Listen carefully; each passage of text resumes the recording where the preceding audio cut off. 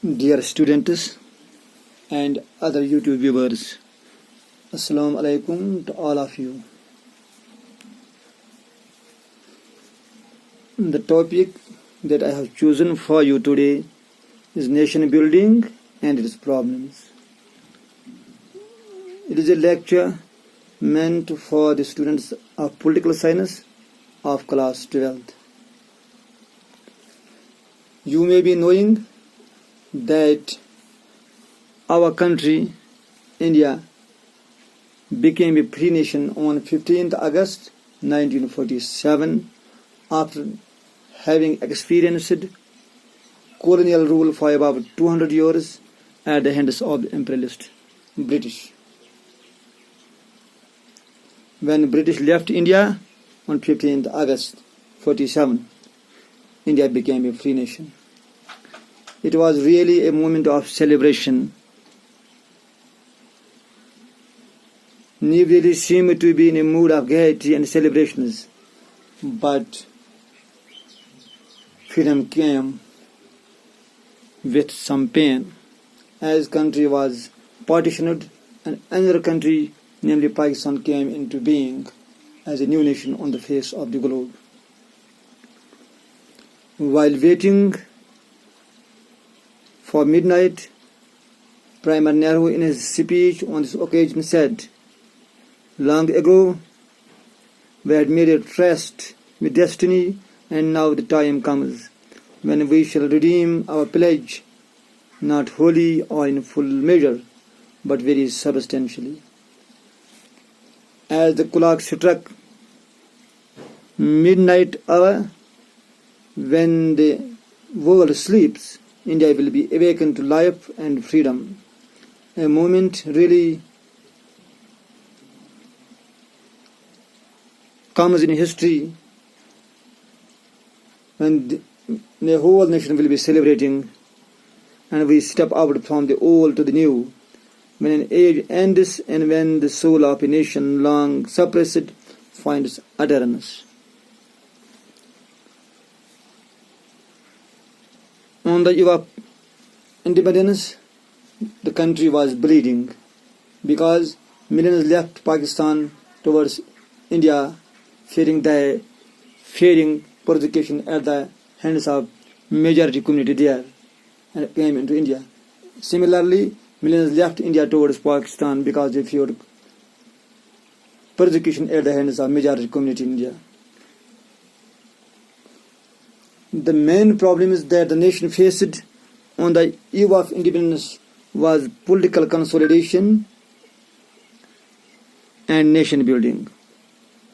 These were the gigantic problems that India faced on the eve of independence.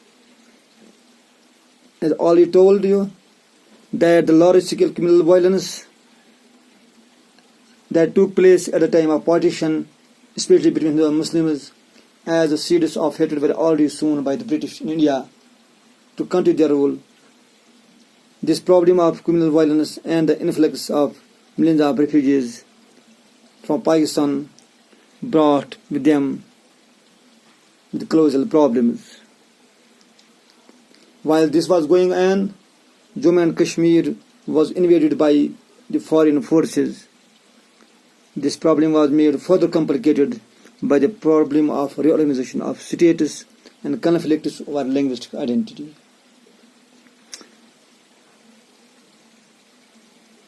Our founding fathers were painfully conscious that the feeling of Indian nationhood was still in the making and required to be carefully nurtured. They were very, very conscious about the future of India, how to get united, because they know that India is a multi-religious, multilingual, multicultural country. The major challenges that India faced on the eve of independence were: number one, accommodation and unity. The first challenge that the country faced was to shape a nation that was united. India was a land of diversity. It was a land of diverse nature. Being a land of continental size and diversity, India had a multifarious languages, cultures and religions. It was believed that the country could not be united for long. The nightmare came true as the country was partitioned. There were serious concerns about the future of India. How was India to be kept united? This was a major problem before our leaders. Would it mean rejecting all regional and sub-regional identities or aspirations? How was it possible for the country to remain integrated? This posed the first challenge after independence. यानी हमारा मुल्क जो आज़ाद हुआ बरतानवी साम्राज्य से, ये मुख्तलिफ मज़ाहिब, मुख्तलिफ ज़बानों और मुख्तलिफ कल्चर्स ये तमद्दुनों का मुल्क है. तो इस मुल्क में जिसमें डाइवर्सिटी है, मज़हब के एतबार से, ज़बान के एतबार से और तमद्दुन तहज़ीब के एतबार से उसको कैसे यूनाइट किया जाए और इन तमाम जो मुख्तलिफ किस्म के मज़ाहिब के लोग हैं या मुख्तलिफ ज़बानों के लोग हैं, उनके आस्पायरेशन को कैसे फुलफिल किया और मुल्क को कैसे यूनाइट किया जाए. ये पहला सबसे बड़ा चैलेंज था बिफोर इंडिया, हमारे मुल्क के लिए आज़ादी के बाद. Question point number 2, establishment of democracy. The second challenge was to establish a democracy where people enjoyed the right to vote along with other fundamental rights. Since our country had adopted a parliamentary form of government, competition in the political form was to be made the base of representative democracy. No doubt, a democratic constitution was essential for establishing a democracy, but developing democratic practices in accordance with the practice of constitution was equally significant. Point number 2 जो मैंने थोड़ा बहुत explain किया, establishment of democracy. हमारे constitution में दर्ज है, जिस वक्त हमारा मुल्क आज़ाद हुआ और कॉन्स्टिट्यूशन फ्रेम हुआ, इसमें लिखा है कि India is a sovereign democratic Republic. ये डेमोक्रेसी जो कॉन्स्टिट्यूशन ने हमें दिया है, उसको सोसाइटी में एस्टेब्लिश करना, उसका फ़ायदा हर सेक्शन के लोगों तक पहुँचाना ये एक मुश्किल काम था. जैसे कि उस वक्त एक माहिर ने कहा कि हिंदुस्तान में अभी जमहूरियत के लिए मौजून वक़्त नहीं है, क्योंकि लोग लिटरेट थे, डिवाइडेड थे along caste and religious lines, linguistic lines. तो आज भी ऐसा लग रहा है कि लोग अभी भी मेरिट को वोट नहीं देते हैं. अभी भी जब हम वोटिंग करते हैं तो उसमें हमें यहाँ कास्ट कंसिडरेशन आते हैं, या मज़हब के कंसिडरेशन आते हैं, या लैंग्वेज की कंसिडरेशन आते हैं. तो ये भी एक टास्क था, एक चैलेंज था कि डेमोक्रेसी को कैसे एस्टेब्लिश किया जाए. Because democracy has still not percolated in our veins, we still have a bureaucratic approach to problems. Point number 3, development and well-being. The third challenge was to provide for development and well-being of all sections of the nation rather than a few.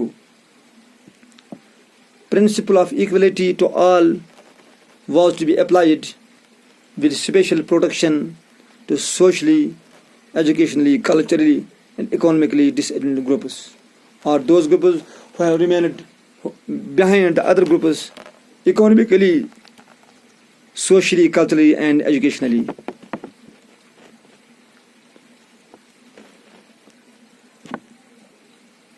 And religious minorities. It was the core part of our constitutional ideals.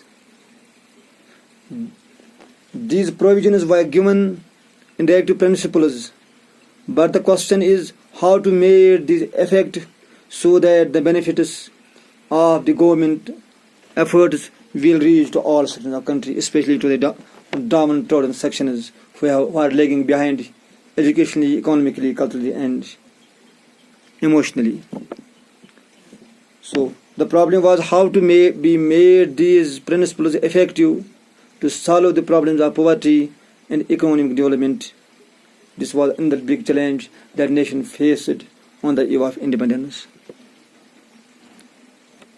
As such, we can say that national unity and security were the main challenges before India on the eve of independence. And this unity, if we want to keep the country united, this unity must reflect aspirations of multicultural and multi-regional identities.